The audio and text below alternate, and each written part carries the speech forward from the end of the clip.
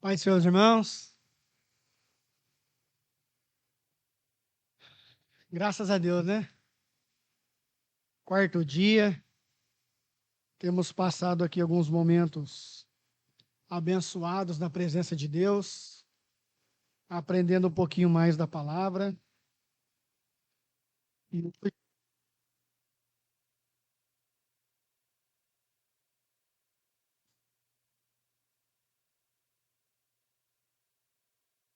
me antecederam aqui,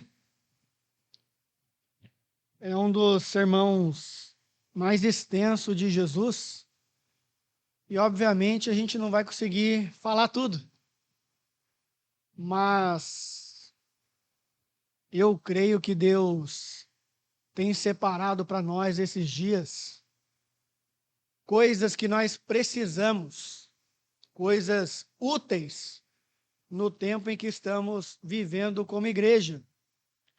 Ainda que nós não estamos seguindo a forma cronológica do Sermão do Monte, ou Sermão da Montanha, entendemos que os temas se encaixam de maneira espiritual.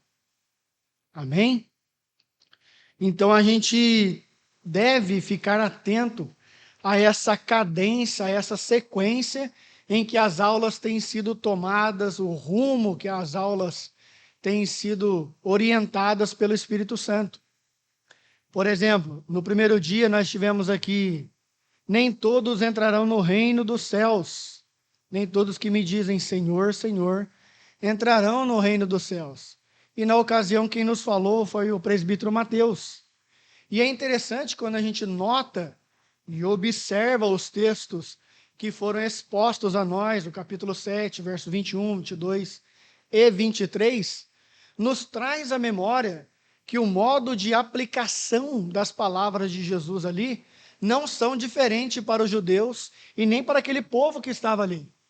É a mesma forma com que você depois vai notar em Isaías, se eu não me engano, 4:1, quando Isaías, de maneira profética, diz o seguinte: 7 mulheres tomarão um homem e lhe dirão: dá cá o seu nome, mas os vestiremos com as nossas roupas, comeremos com dos nossos pães, nós vamos tomar conta da nossa vida. E só queriam um nome. E é justamente isso que Jesus tem em mente quando ele fala no capítulo 7 de Mateus, no Sermão do Monte. Muitos só querem o nome do Senhor, fazem uso do nome do Senhor, mas não têm intimidade com o Senhor. Aquelas mulheres de Isaías não queriam intimidade com o homem, queriam somente o nome. Depois a gente passou na segunda aula com o pastor sobre a prática cristã, caridade, oração, jejum. E eu notei uma coisa muito interessante, na qual o pastor deixou bem claro aqui para nós. Não somente em si a prática delas, mas um grande perigo, o pastor deixou aqui para nós, bem ressaltado: o perigo da hipocrisia, enquanto fazer caridades, oração e jejuns. Não basta somente você fazer, mas o seu coração deve ser pleno para com o seu Senhor e não de aparência para os demais. O que soa para nós nada mais, nada menos do que uma hipocrisia. E depois, na aula de ontem, nós tivemos os 2 alicerces. E o nosso irmão presbítero e evangelista Pedro, no caso, ressaltou o seguinte: que as situações eram as mesmas. Entretanto, o que diferenciou de um e de outro foi onde foi feito o alicerce. Ambos fizeram alicerces, mas um observou bem como foi feito, gastou tempo na preparação, e quando colocou a fundação correta, que é Jesus Cristo. E hoje nós chegamos na nossa aula. Os discípulos são o sal da terra e a luz do mundo. Você que está com sua Bíblia aberta aí, se atente para o capítulo de número 5.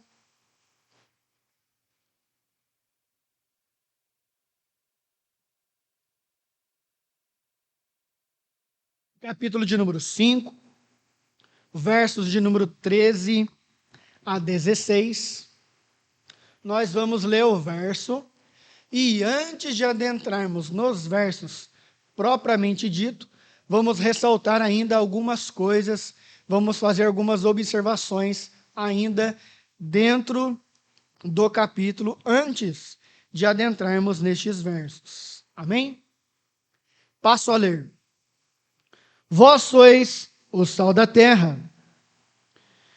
E se o sal for insípido, com que se há de salgar?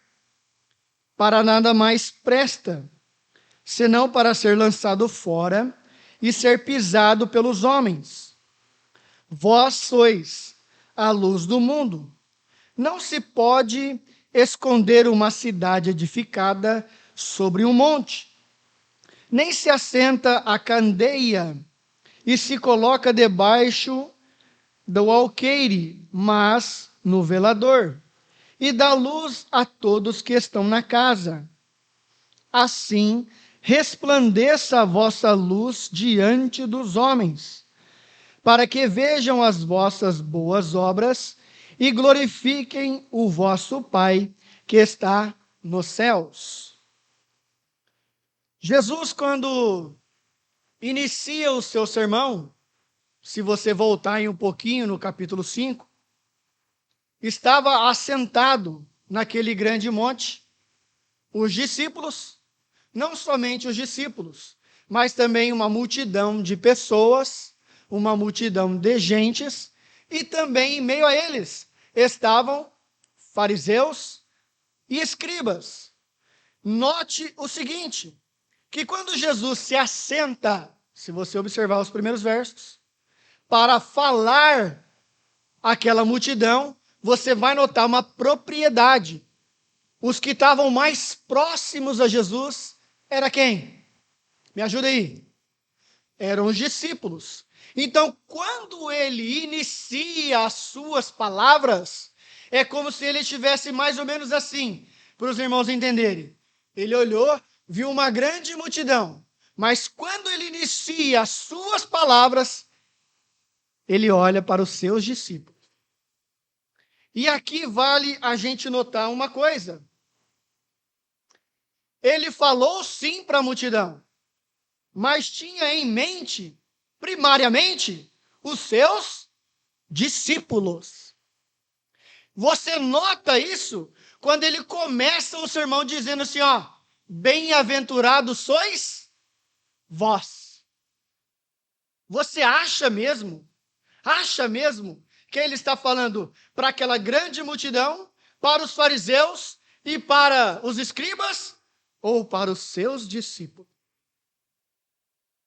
Note o seguinte, irmão. Jesus está falando para os seus discípulos desta forma, porque ele bem sabia o que viria acerca da vida dele depois disso. Então ele fala para os seus como se fosse para si mesmo. Ainda que Jesus fosse o Deus da glória encarnado, todavia, ele também era 100% homem. Então, quando ele inicia falando as bem-aventuranças do Sermão do Monte, ele fala para si e também fala para os seus discípulos. E aqui a gente já percebe uma coisa. Aqui a gente já denota uma situação. Jesus quer deixar uma coisa bem clara aqui.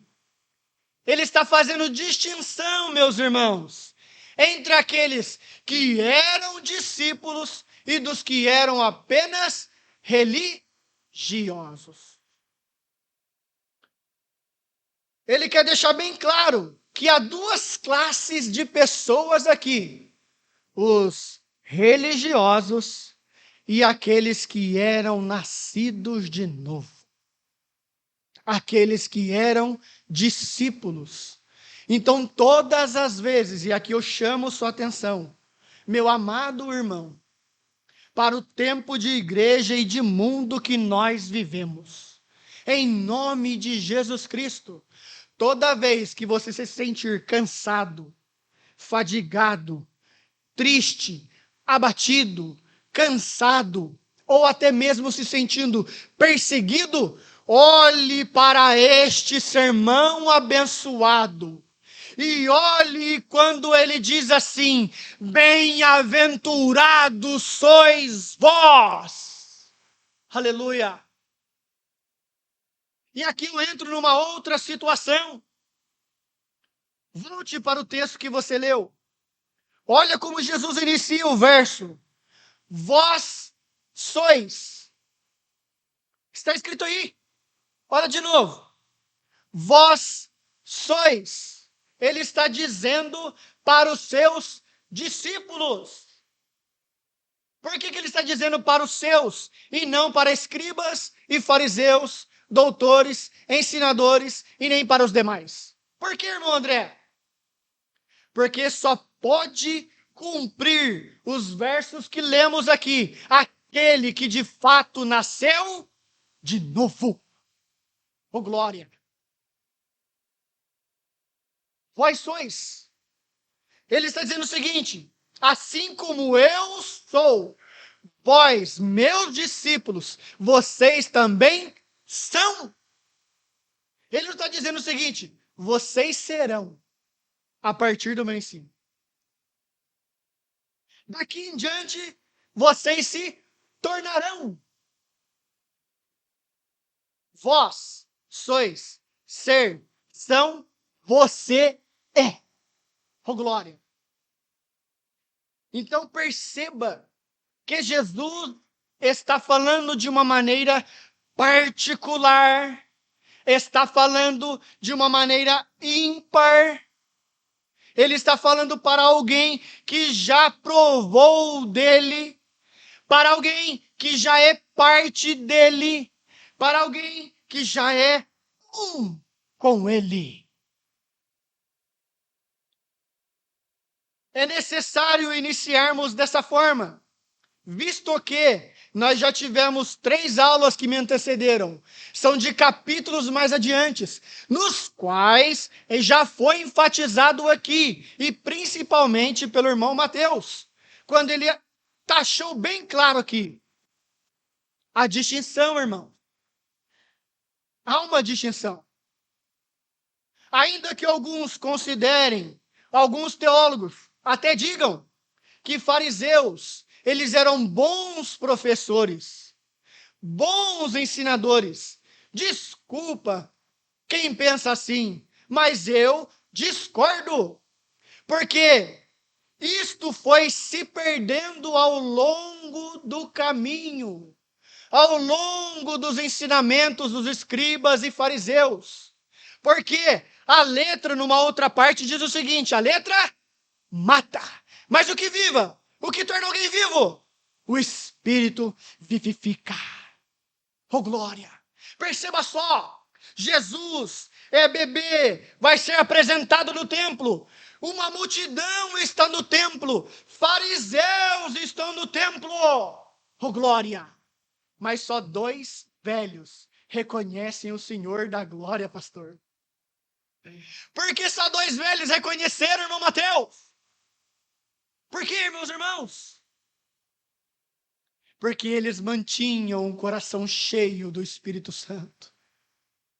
Estavam ali homens ensinadores, mas não reconheceram o Senhor da glória.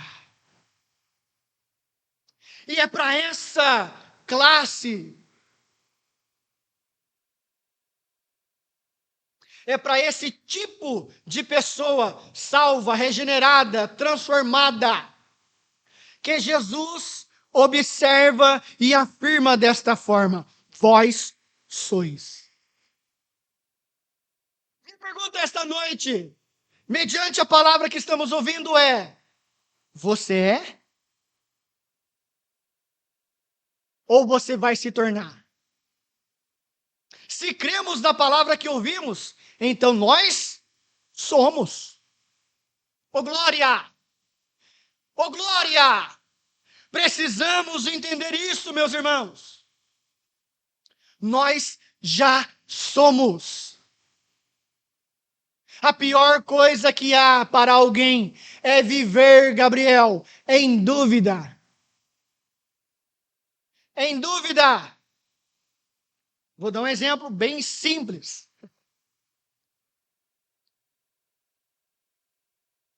Por que hoje em dia existe o tal do exame de DNA? O que é o exame de DNA? Senão a comprovação mediante o sangue, que você é do papai e que você é da mamãe. Quando se faz este exame, cessa-se todas as dúvidas. Sim ou não? Sim. Mas o que vale para nós na questão espiritual? Nós mostramos que somos de Cristo, ou de Jesus, ou do Senhor da Glória, quando vivemos de acordo à sua palavra e tal como ele é, assim procedemos nós no mundo. Acaso depois você não vai ver em Atos dizendo o seguinte, que numa parte onde eles chegaram, o evangelho chegou, eles foram chamados de cristãos, pequenos cristos, ou semelhantes a Cristo, ou iguais a Cristo. Então perceba que quando nós nos deparamos com estes versos, é um chamamento a sermos exatamente como Cristo. Vamos voltar ao texto? Ó, vós sois o sal da terra. Nós conhecemos, e o Rude pode me ajudar, as propriedades do sal. Você conhece as propriedades do sal? Quem sabe? Me ajuda aí. O que o sal é bom? O sal é bom para pressão. O que mais? Você tomar um pouquinho aqui, ó, de água. Pega aqui a visão, hein? Água, um pouquinho de sal grosso, sal marino, sal adequado. Você tomou, a pressão fica, ó.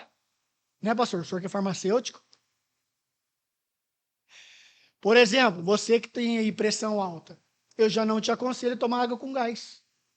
Ela aumenta o batimento, aumenta a pressão. Então toma cuidado. Melhor você tomar água com sal grosso. Senão a sua pressão, ó, fica desequilibrada. Quer ver mais uma coisinha? Olha lá. Tempera. Rapaz, quem que não gosta aí de comer um churrasco, hein? Meu Deus. Churrasco é bom demais. Você passar lá um salzinho grosso na carne de um lado, no outro, né, irmão Paulo, hein? Maravilha, grelhar a carne. Que isso, hein, Carol? Dá para chamar com força, né, não? A gente é crente, a gente gosta de comer bem, né? Meu Deus do céu. Equilibrar os fluidos do corpo. O que mais? Me ajuda aí. Aqui está a beleza de você ser chamado de sal da terra. Conservar alimentos evitando que apodreçam. Meu Deus do céu. O que a gente aprende com isso? Vamos lá. Meus irmãos, o mundo é podre ou está apodrecendo? O mundo jaz no maligno.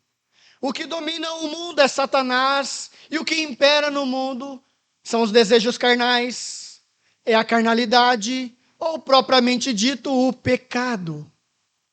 O pecado destruiu a beleza da terra. Você vai se lembrar que espinhos e abrolhos foram produzidos antes da queda ou após a queda? Após a queda. Tudo isso para nos mostrar que a terra criada em perfeição e total beleza agora está se deteriorando. Assim como você, que era bonito quando bebê, agora já está tornando a ficar sem cabelos. Mas nós, às vezes, nos esquecemos disso. Esquecemos que o mundo ao nosso redor está em destruição. Não somente isso, mas todo aquele que compõe este mundo e não serve a Cristo, ele é em si mesmo uma carne que está morta, podre. O churrasco é gostoso quando a carne é feita no seu tempo apropriado. Mas deixa ela descongelada para você ver. O que vai acontecer? Vai começar a... Faz o seguinte, faz assim comigo, ó. Faz aí. Se você é espiritual, você vai sentir como o mundo fede. Entretanto, todavia, porém, temos que notar algumas coisas. Observe que no mundo, o que antigamente, alguns irmãos que têm mais idade do que eu vai me ajudar nesse sentido.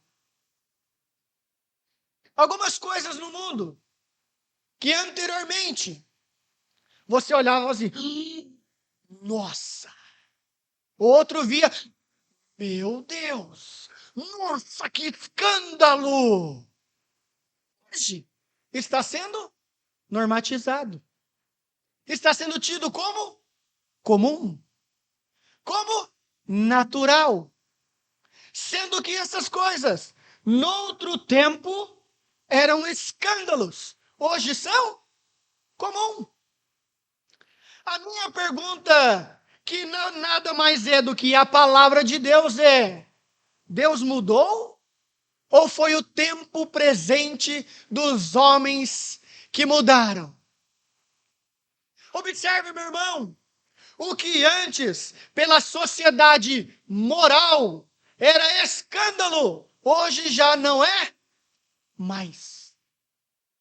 Então perceba que o que era antigamente moral e estava, de certa forma, numa determinada altura, hoje essa altura abaixou. E continua a moral a diminuir ainda mais no mundo. E qual é o problema disso, irmão Valdir? Talvez alguém me diga assim, irmão, nada de novo. O mundo jaz no maligno. Sim, de fato. Concordo. Você tem razão. Mas, abre-se um aspas. E quando essa normatização de pecados, normatização de falhas, de erros, de transgressões, começam a nos atingir? Sabe quando começa a atingir? Quando você considera assim, ó, será? Ah, será mesmo que isso é pecado? Ou quando você começa com as frases, não faz tanto mal assim. Ou outras frases, não tem nada a ver. Ah, que isso? Ou quando a mãe ou o pai fala para o filho assim, ah, não, naquele tempo, mas agora? Não, filho, fica tranquilo. Não, agora tá tranquilo. Não, agora você pode cortar o cabelo assim. Não, agora você pode andar assim. Agora você pode... Que isso? O tempo mudou. Século 21, que é isso? As coisas mudaram. Perceba que estas frases, que antigamente eram próprias de lá, hoje já adentraram as nossas portas.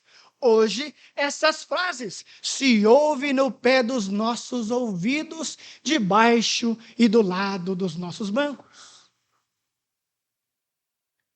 É normal lá, não deve ser normal aqui. Entende isso? Você começa a entender isso, o perigo dessas coisas? Será que nós estamos sensíveis a entender isso? Que nós, como sal que somos, devemos temperar este mundo. Devemos ser equilibrados em meio a este mundo. Meu irmão, minha irmã, alma que me ouve, considere isto essa noite. Você é Cristo para o mundo. Você é sal para o mundo. Sabe o que está acontecendo conosco? Você lembra, claro que você lembra. Você é um leitor assíduo da palavra. Jesus disse o seguinte: Não temais, não vos envergonheis, não se entristeçam, porque antes de perseguirem a vós, perseguiram. Então vamos lá. Se nós somos o sal da terra, eu lhes pergunto, quem foi o primeiro sal da terra? O próprio Cristo. Você vai notar isso ao ler os evangelhos, que numa parte Jesus chegava e havia salvação, mas também neste mesmo lugar havia resistência. Porque os que eram podres não queriam ser salgados com a graça. Então perceba, irmão, a evangelicalidade de hoje, nós queremos saber o quê? Nós queremos ser legais. Estamos juntos? Não, não, não, não, não, não, não, não, não. Não. Somos deste mundo.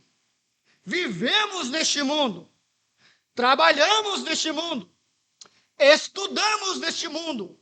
Mas em nós está o reino da glória. E a nossa aspiração não deve ser para este mundo, que nada mais é que horizontal. Nós fomos chamados para um mundo vertical. E estas propriedades não estarão em nós, já estão em nós. Me desculpe, você não foi chamado para ser legal. Você foi chamado para ser sal. Observe só um outro texto. Quem puder abrir, abra comigo, Colossenses, de número 4. Carta aos Colossenses, capítulo de número 4. Como eu disse, o sal tem que ser equilibrado. Porque se o sal não for equilibrado, irmãos, o que acontece quando você coloca ele numa carne? Ou numa salada? Ela fica salgada. Ou como alguém que tem um paladar mais apurado diz o seguinte, né, de maneira mais refinada.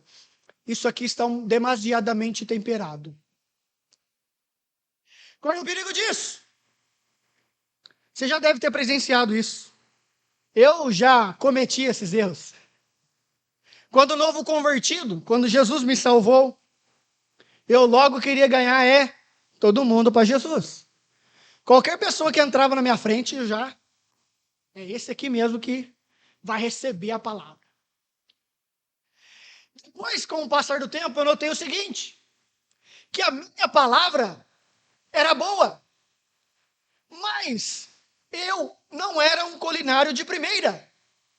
Porque a minha palavra saía demasiadamente temperada, muito salgada. Por que era muito salgada? Porque eu pegava o sal e queria introduzir ele todo dentro do recipiente da pessoa. Isso não dava certo. Por isso que a palavra de Deus nos orienta a uma coisa. Você achou Colossenses aí? Agora busca aí o verso de número 6. Diz o seguinte: a vossa palavra seja sempre agradável, temperada com sal, para que saibais como vos convém responder a cada um. Deixa eu te falar uma coisa. Às vezes, nós vemos alguém lá fora e consideramos nisso uma boa oportunidade de falarmos do Evangelho. Sim, o é, mas cabe a você, ó homem, ó mulher, que agora já não é mais homem e mulher comum, mas agora você é um ser espiritual. Você tem virtude espiritual. Cabe a você considerar e observar antes de responder. Seja pronto a ouvir e tardio no falar, para que a sua palavra seja entregue como maçãs em salva de prata. Às vezes alguém que está lá fora precisa da sua palavra, mas peça para Deus o tempo e o modo de falar. Por isso, Jesus, ele enquadra aqui somente os discípulos, meus irmãos. Os fariseus não tinham essa propriedade espiritual. Os fariseus não tinham isso, porque você vai lembrar, noutra parte, Jesus diz assim acerca deles: são sepulcro caiado. O que é um sepulcro caiado? Só abrigava a morte dentro deles. Eles eram bonitos por fora, belos trajes por fora, mas por dentro eles estavam podres, mortos. Não havia neles espiritualidade nenhuma, porque lhes faltava Cristo na alma. Oh, meu irmão que me ouve esta noite, que a sua alma seja cheia de Cristo. Você é sal. Você é chamado para este fim. Está em você esta propriedade que nós lemos aqui do sal. Está em você. Você em Cristo agora são um. Para que não houvesse dúvida no seu coração, o Senhor da glória te deu o Espírito Santo, oh glória. Você tem o Espírito Santo em você. Você quer ver outro texto? Provérbios de número 10. Olha só, observa aí. Provérbios 10, verso de número 19. Diz assim o texto: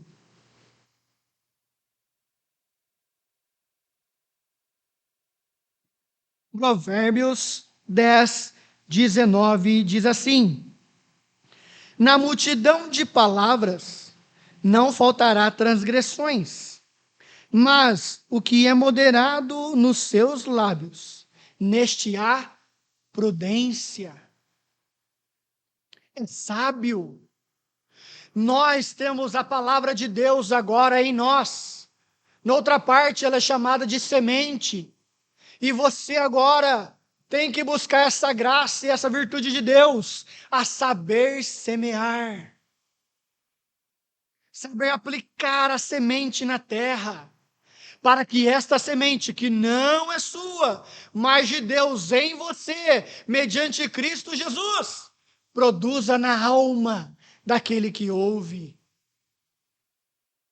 Meu Deus, nós vivemos um mundo de muitas situações. A verdade hoje ela é relativa. Consequentemente, a verdade absoluta parece que perdeu a sua força. Parece que ela está perdendo as suas propriedades. Mas deixa eu lhe dizer uma coisa: esta bendita palavra está em você. Esta palavra, a palavra de Deus, que é sal, está em você. Se ela está em você, você é sal. Faça uso dessa propriedade na escola, no trabalho, na rua, na faculdade. Meu Deus, seja para a glória do seu Senhor.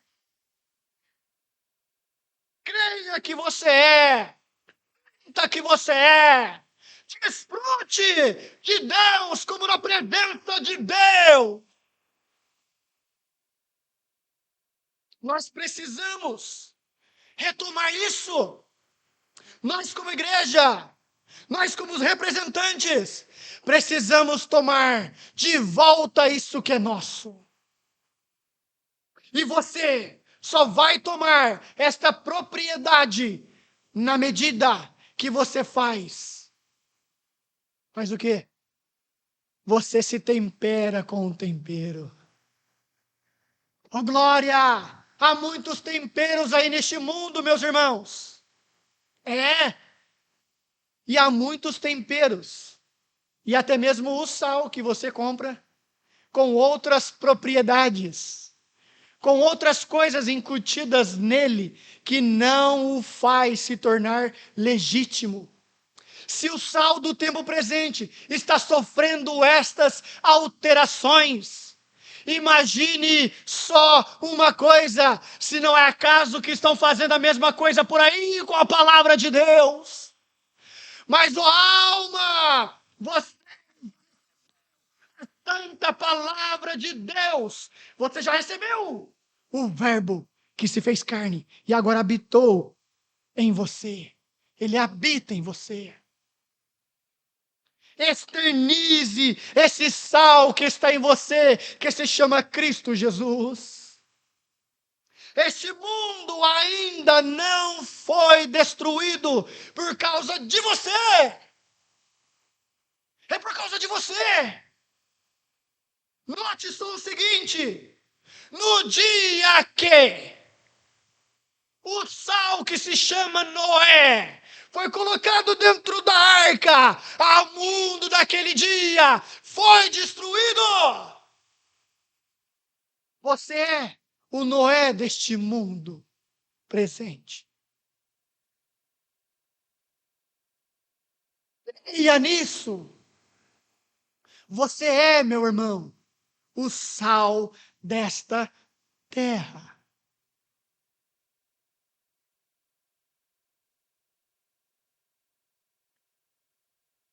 Nós temos que parar com essa ideia de querer ser legal demais. Meu Deus! Se Jesus fosse legal demais, eu te faço uma afirmação: ele não teria morrido na cruz. Porque suas palavras seriam aceitas. Afinal, ele é legal. Ele é gente boa. Ele é paz e amor. Ele é amor. Yes, o amor está vencendo. Que coisa maravilhosa! Jesus veio pregar o amor. Hoje em dia nós temos Jesus de diversas formas, cores e modelos. Mas o Jesus ele morreu. Ele foi morto pelos homens, porque não puderam suportar o seu sal. E acaso você agora quer ser aceito? Meu Deus! Pode ser qualquer evangelho, menos o bíblico. Porque duas coisas vão ocorrer em você quando você for sal de verdade. Sal legítimo, ou te amarão intensamente, ou te odiarão com todas as forças. Por isso que é um dilema se entregar a Cristo. Eu não sou tão velho, mas me lembro que quando eu disse para uma parte de meus amigos, agora eu sou de Jesus. Rapaz, ocorreu um êxodo no meu círculo de amigos. Foram todos embora. E eu fiquei só. Mas fiquei com a melhor parte. Como disse o Senhor acerca de Maria. Essa escolheu a melhor parte. Jovem, adolescente, adulto, ancião, deixe que as pessoas se vão, se elas não suportam a sua postura, o seu modo de falar, o seu jeito santo, a sua maneira de vestir, não tem problema, que elas vão, mas que partam com a semente que você deixou, que elas partam com o sal lançado, do qual você lançou pela sua vida. Oh, glória! Este mundo, entenda, é histórico isso que eu vou te dizer. Oh, glória! Aleluia! Bendito seja o nome de Jesus. Não é à toa que a história foi marcada pelo bendito sal de Deus que se chama Jesus Cristo. Não adianta estar lá na história. antes de Cristo e depois de Cristo. Mude antes do sal e depois do sal. Oh, glória! O mundo foi marcado pelo sal de Deus.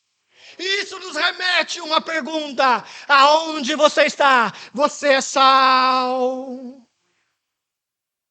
Será que foi dito de você? Rapaz, esse ambiente de trabalho era um antes de, e agora é outro depois de. Glória! Esta sala de aula era uma antes e agora é outra depois de. Eu me lembro, eu me lembro de um jovem que contou isso para mim. Trabalhou conosco aqui nessa congregação um tempo. E ainda trabalha conosco por um período. Mas logo, logo, talvez Deus o leve para outro lugar. E eu me lembro de uma coisa que ele disse. Ele falou assim, eu voltei a estudar muito cedo. Eu voltei a estudar muito tarde. Depois já de certa idade, eu voltei a estudar. E quando eu voltei a estudar, eu já era salvo. Já era crente. E eu me lembro que quando a gente começou a estudar, eu levava na minha mochila os cadernos, alguns livros que eram exigidos, e levava a Bíblia. Para eu diminuir aqui o testemunho. Todas as vezes ele dizia o seguinte, que tinha um intervalo, todo mundo saía, e eu abria a minha Bíblia. Era só eu no início. De repente começou a chegar um, chegar outro, chegar um terceiro, chegar um quarto, chegar um quinto. E aí eu fui conhecendo aqueles uns já eram crentes, mas eram apáticos. E aí começavam a me dizer, rapaz, você é corajoso em trazer a Bíblia. Eu falo, não, mas é bom que a gente medita. É bom que nós recebemos de Jesus junto. Aí um outro que estava desviado começou, né, mais ou menos assim, desviado, né? Ele prova para ver se o negócio vai permanecer, né? Ele falou assim, ele olhava e saía para o intervalo. No outro dia ele dava uma olhadinha e saía para o intervalo. Quando ele viu que tinha 5, 6, aí ele já começou a ficar na porta. Depois que ele via que o negócio estava continuando, ele já chegou pelo menos um pouquinho mais perto. E quando ele viu, ele já estava sentado. E quando ele percebeu, ele já tinha voltado para Jesus numa sala de aula. Note o seguinte, aonde a palavra de Deus chega, uma é para expelir, ou ela é para atrair. Mas é verdade que em alguns lugares você não pode levá-la, mas ela está em você. Meu Deus! Então seja este sal e externize isso que está em você. Oh, meu Deus! Nós temos, meus irmãos, que começarmos a rejeitarmos algumas coisas. Sim, porque se não rejeitarmos, alguns textos das palavras de Deus irão se cumprir em nós. E textos nos quais não são promessas. Os textos nos quais não são para glorificar a Cristo, antes são para a tristeza dele. Acaso nós nos esquecemos do Salmo 1? Me ajuda aí. Não se assentar na roda dos... Outro texto bíblico.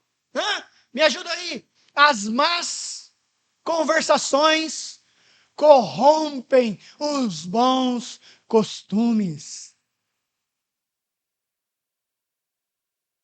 Perceba só. Como o cristianismo no Brasil parece que está de vento em popa. Você olha lá na escala do IBGE, está lá, só crescente, pastor.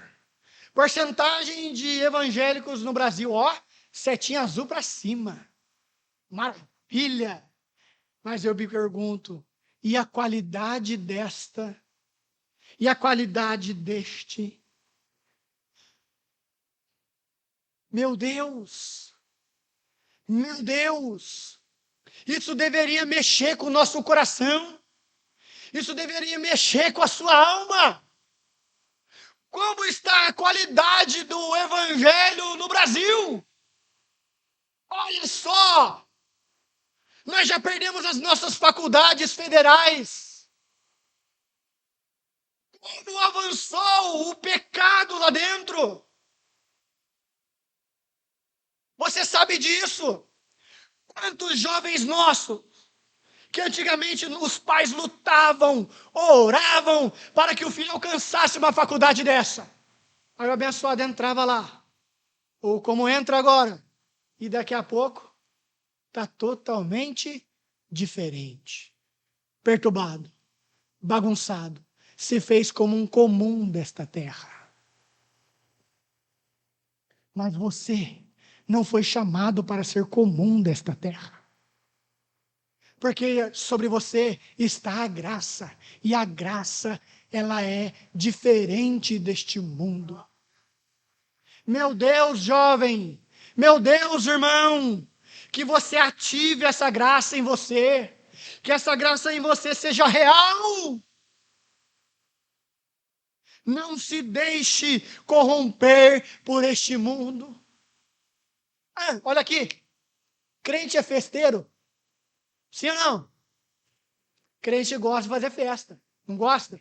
Se você gosta de fazer festa assim como eu, vou lhe dar um conselho. Abre aí em 1 Coríntios.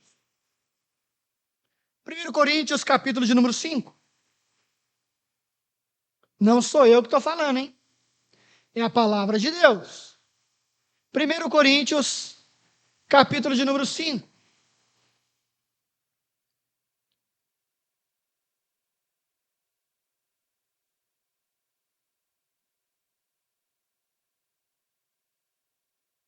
Presta atenção.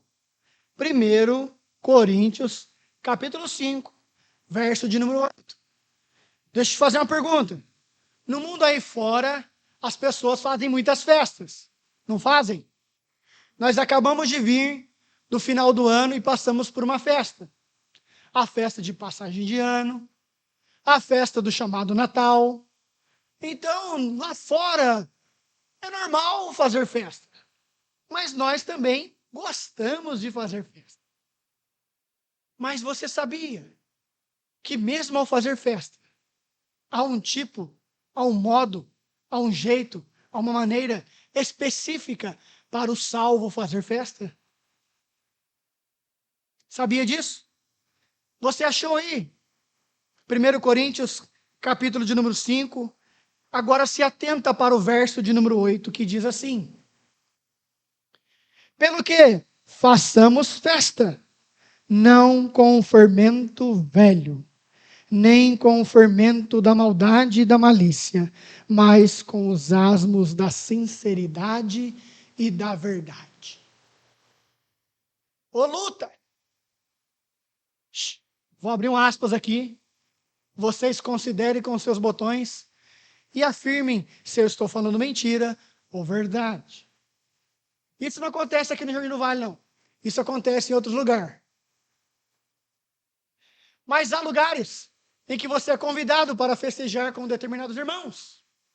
E você chega lá para a festa. Ou como numa, que não foi aqui, foi em outro lugar. Eu participei da festa de alguém que completava o chamado 15 anos. E chegamos lá, toda aquela coisa natural, né? Irmãos comendo, bebendo, se alegrando.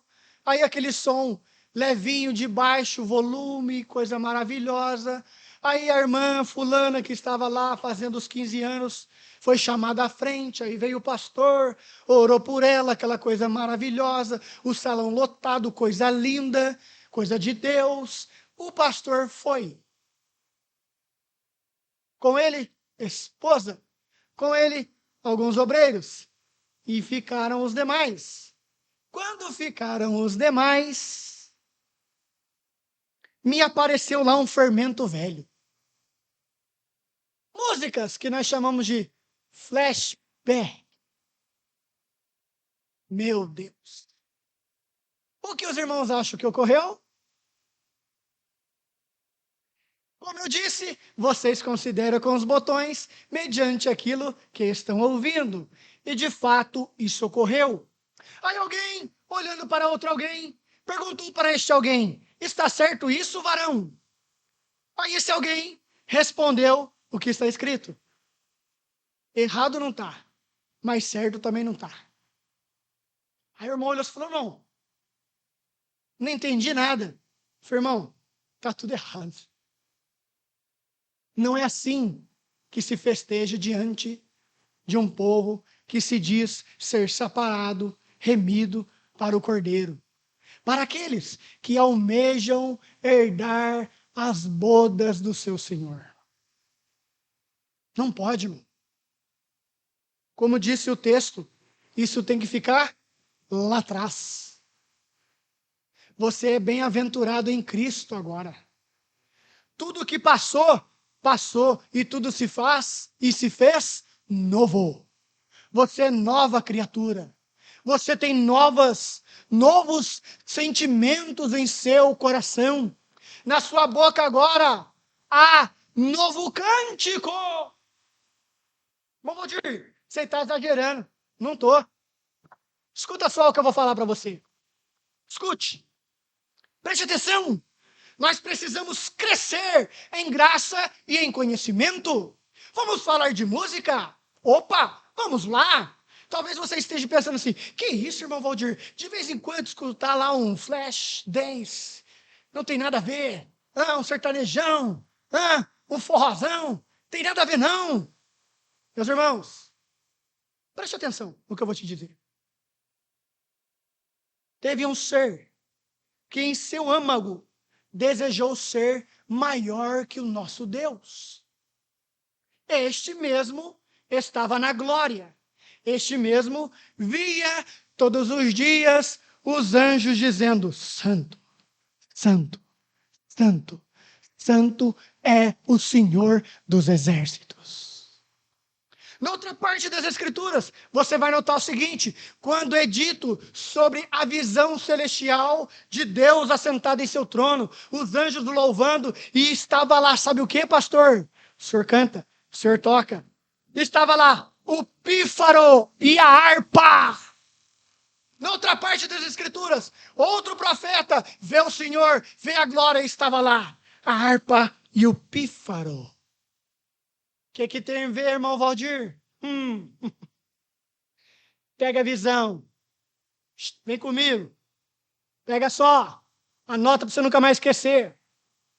Este que desejou ser maior que o seu Senhor e o meu Senhor, caiu de lá. Mas ainda hoje ele diz ser Senhor de toda a terra. Não foi assim que ele disse para Jesus, o levando ao pináculo, disse o seguinte: olha só a expansão de toda a terra.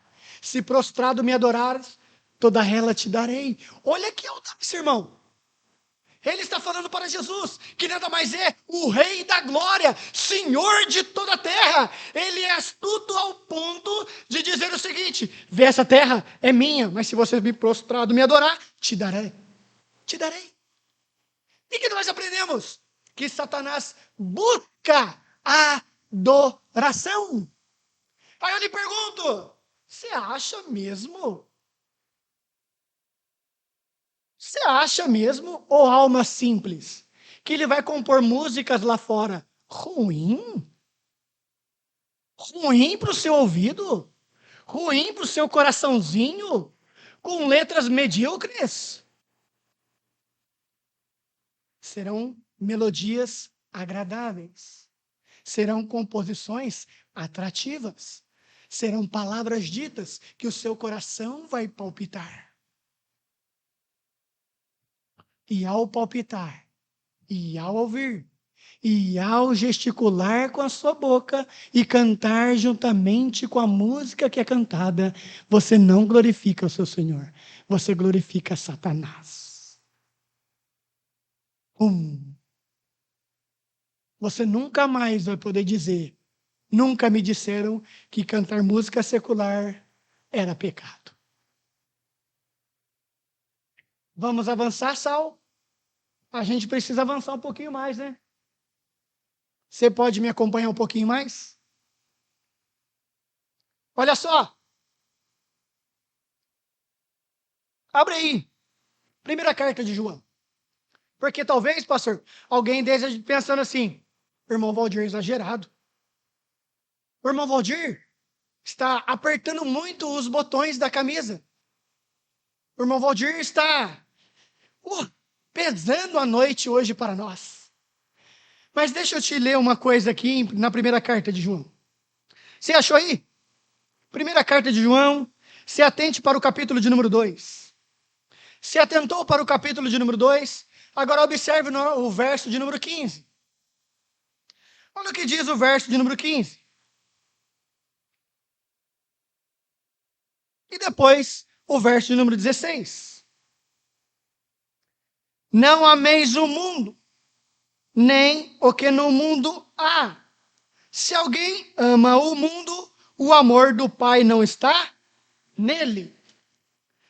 Porque tudo o que há no mundo, a concupiscência da carne, a concupiscência dos olhos, a soberba da vida, não é do Pai, mas do mundo. Você é chamado como o sal da terra, não para amar este mundo, mas para salgar, temperar e equilibrar este mundo. Entende isso? Será que nessa noite estamos conseguindo absorver as palavras de Jesus? Será que estamos conseguindo notar que Jesus está fazendo distinção entre o que é religião externa e religião da alma? Sabe o que é a religião da alma? É quando você pega um ônibus e está lá no ônibus o seguinte, ainda que nem tivesse escrito, para gestantes. Aí você olha para o assento. Aí você olha para o outro assento, idosos. Aí você olha, beleza, entendi. Você vai lá e senta. Entendo. Você vai lá e sentou. Está lá o ônibus rodando. De repente me vem uma moça. Ou de repente me vem um senhor. Ou uma senhora. Se você, se você, se você, sendo pessoa natural, pessoa comum, se você já observou isso, as pessoas dão lugar para a gestante, para o idoso, se assentar. Se você é salvo, se você é crente, você não senta naquele lugar. E ainda conduz a quem deve sentar naquele lugar. Não precisaria nem estar escrito naquilo ali. Irmão, eu estou falando de coisas simples. Para que você entenda coisas espirituais. Há coisas para você. Há coisas dentro de você que Deus já exigiu que não deveriam estar aí. Por quê? Senão você vai ficar podre. Abrigar podridão no seu coração é o mesmo que pedir para apodrecer aos poucos. Ô alma, ô meu irmão, que me ouve hoje, não faça isso. Se atente à voz de Deus, que já clama no seu interior. Deixai, colocar para trás. Amém? Vamos avançar um pouquinho mais? Volta aí para Mateus, capítulo de número 5.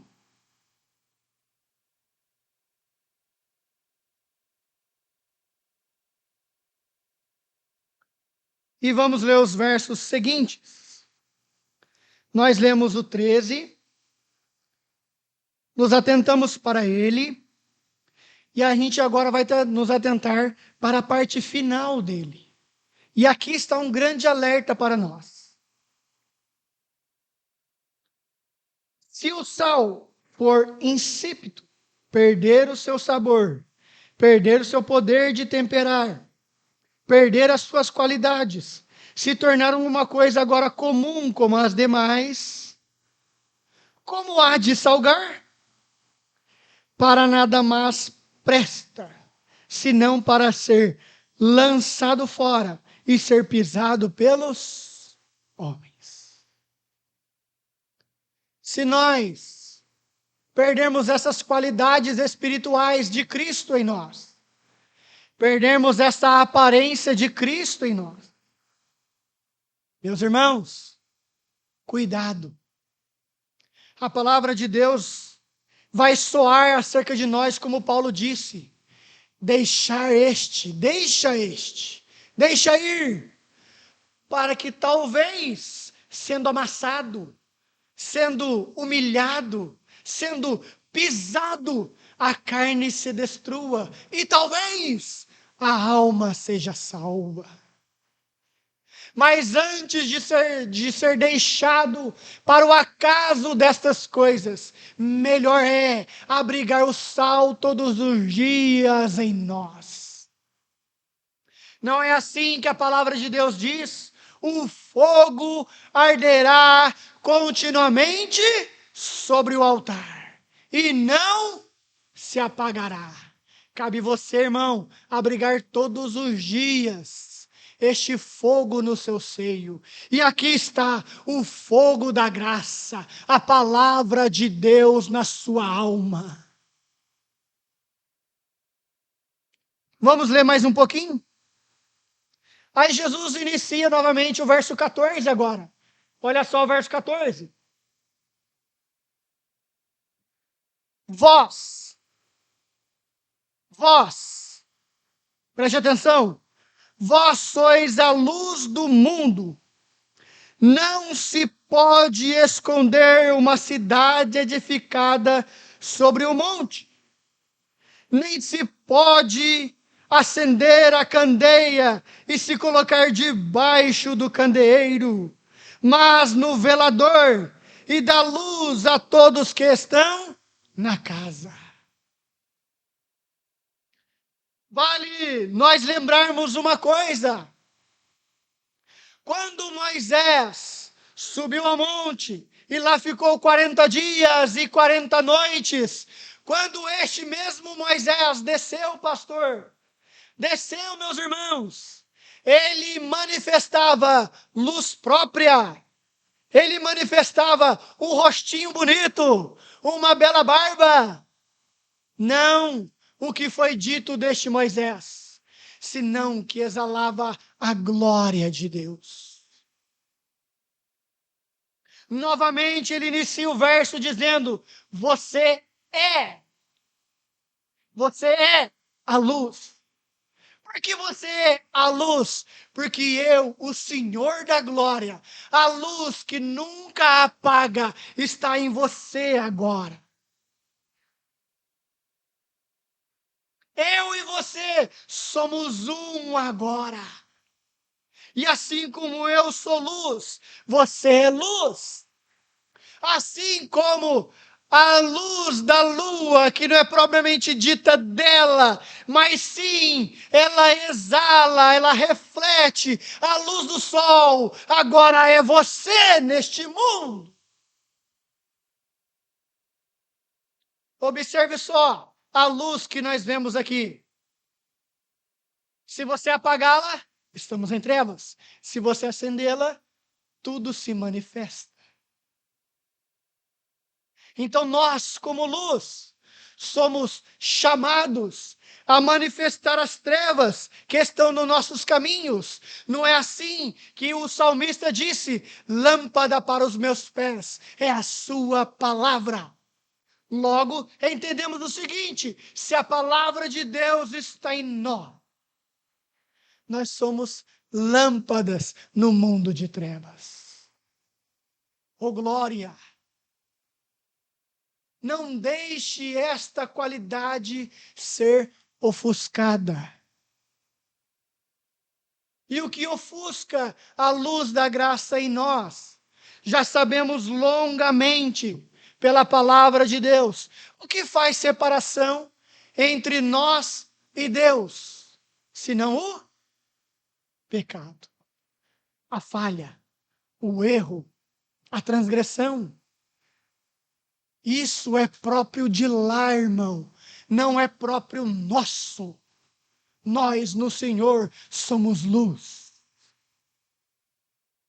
Você é luz.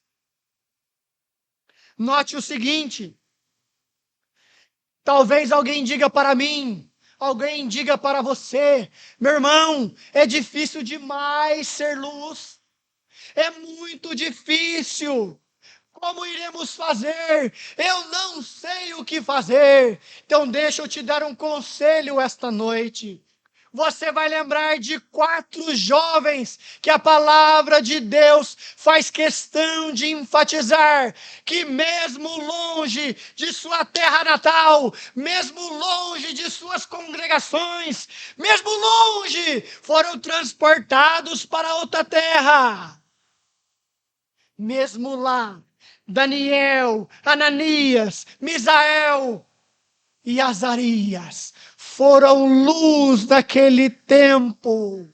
Você também é luz neste tempo. Ainda que para ser luz nesta terra te custe ser lançado na cova dos leões, ainda que neste mundo presente para ser luz te custe ser lançado aonde?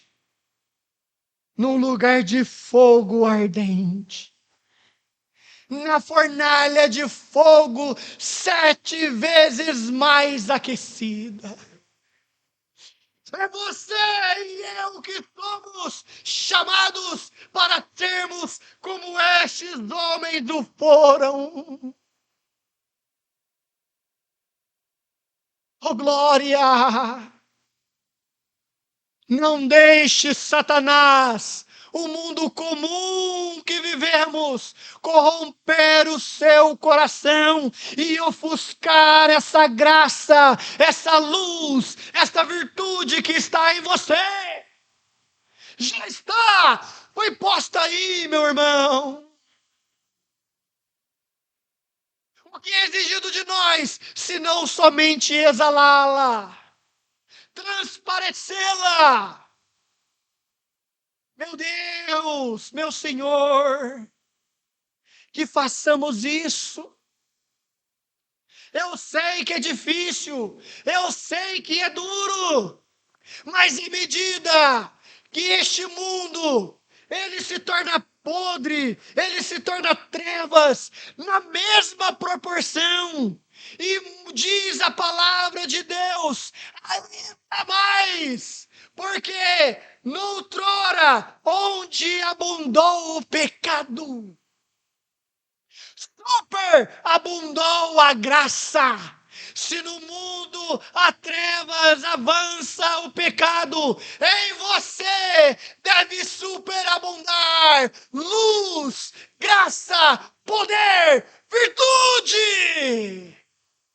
E eu lhe garanto que da parte dele nunca há de faltar, sempre haverá em abastança, em abundância.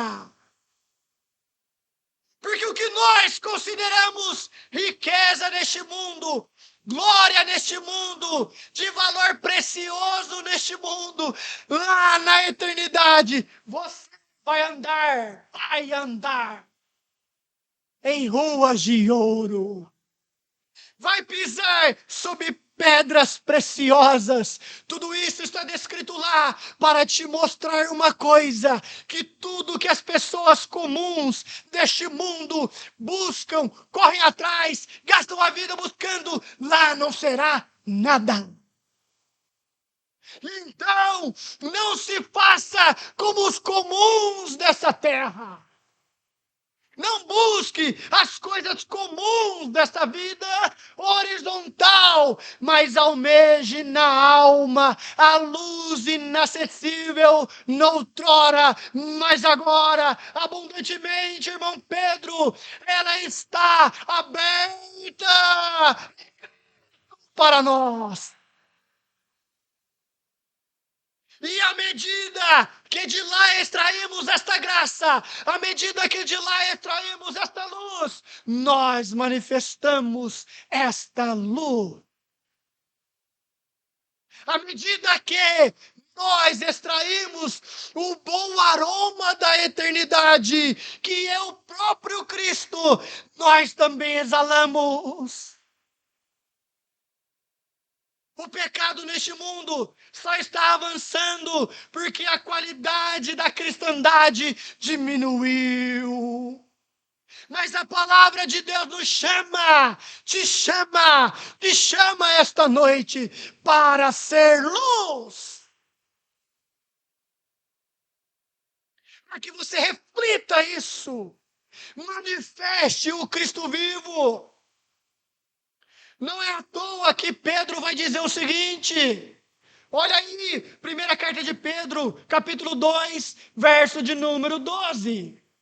Busque aí, você vai ver. Leia comigo. Segunda carta de Pedro, capítulo de número 2, verso de número 12. Diz o seguinte, mas estes...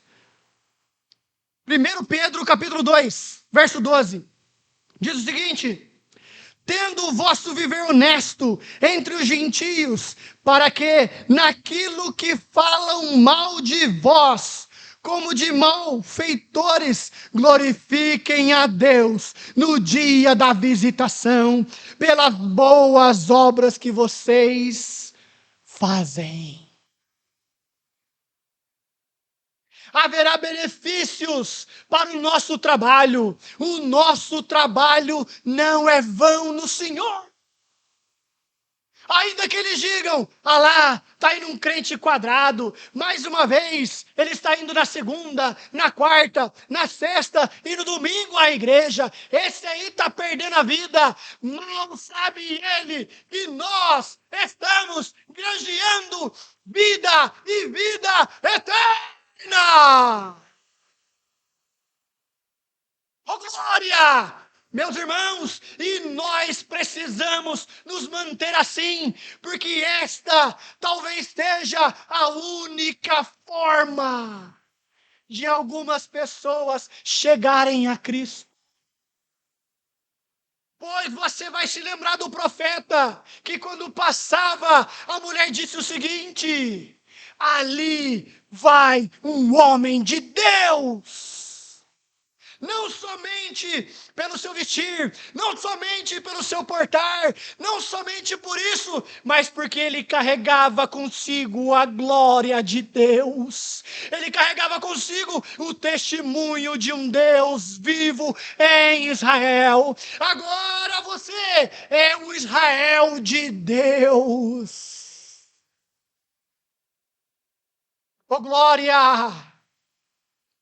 Nós precisamos retomar essas qualidades em nós, não para ontem, mas urgentemente. Precisamos, meus irmãos. Sabe por que precisamos disso? Volte para Mateus.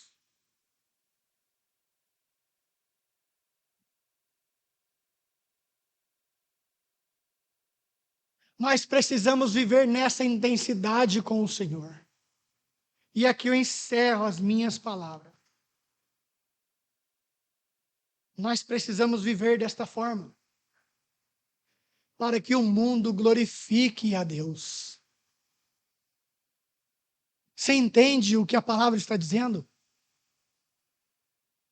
Você entende? Vou repetir para você de novo. Glorifiquem o vosso Pai que está nos céus.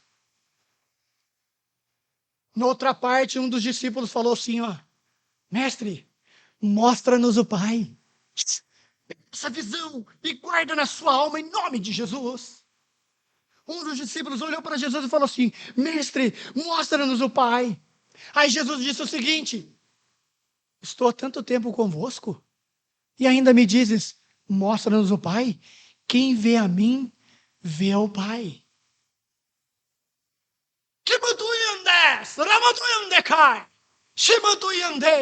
Agora guarde isso na sua alma. Se Cristo está em você, se Cristo e você são um, Todo aquele que vê você, vê o Pai. Ó alma, manifeste o Pai da glória ao mundo caído, e eu lhe garanto que você vai ser atrativo. Você atrairá almas para Cristo, sendo luz deste mundo. Oh glória! Deseje ardentemente isto para a sua vida. Oh glória! Não é à toa que a palavra de Deus nos ensina que, sendo luz, se cumpre em nós o que foi dito acerca do nosso Senhor. Ele disse o seguinte: eu, quando for levantado, todos atrairei a mim.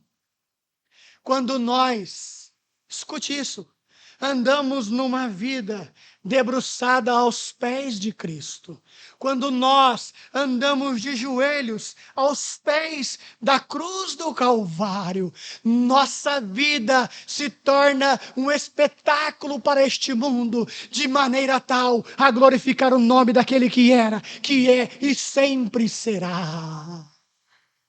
Deseje ser assim para este mundo. Amém? Aqui eu encerro minhas palavras. Que Jesus abençoe abundantemente a sua alma, para você e eu sermos o sal da terra e a luz do mundo, em nome de Jesus. Amém.